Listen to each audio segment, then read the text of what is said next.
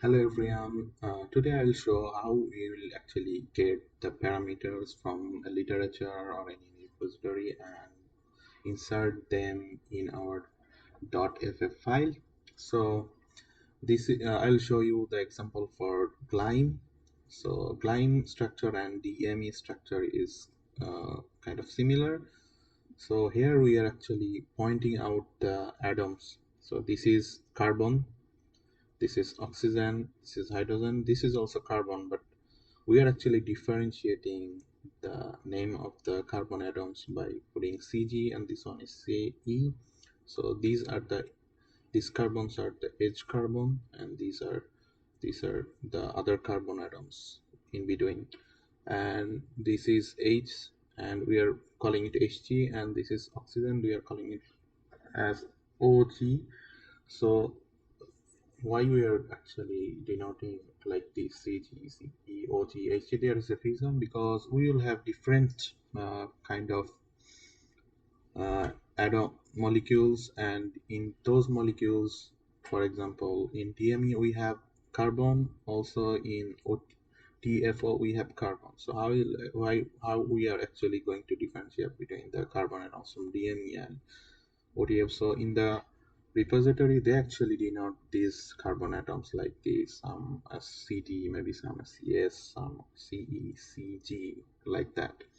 So we are actually also following those notations. For example, we took those parameters from this paper.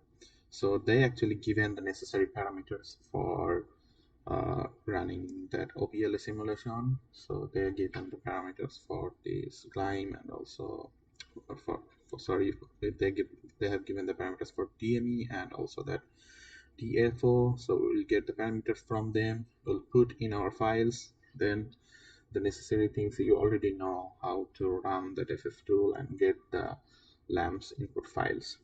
So when we'll take those parameters and put into uh, our file, how that ff file will .ff file will look like. So in that .ff file will look like this.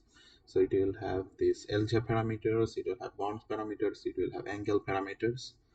So if you see, these are the notations we used in for our system.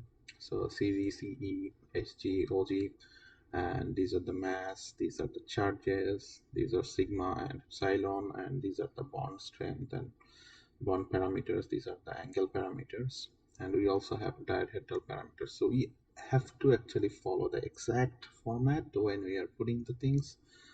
So here is an example. So you can follow this thing exactly when you grab the parameters from the literature and put in your .ff file.